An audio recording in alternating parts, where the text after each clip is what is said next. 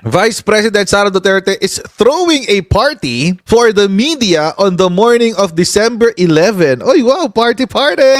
Fueling speculation that she might not show up for a probe set on the same date at the NBI. Nagpadala siya sa isang Viber group ng imbitasyon sa media.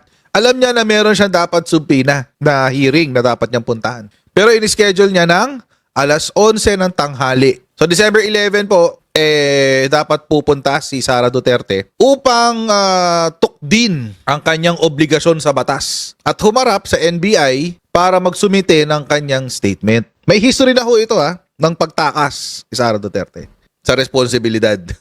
Marami na ho tayong pagkakataon na nakita natin si Sara Duterte na tinakasan ang kanyang mga responsibilidad. Nagpunta siya ng Germany, tinakbuhan niya ang kanyang responsibilidad. Tapos meron pang isa, yung bigla siyang nagbakasyon sa Kamsur.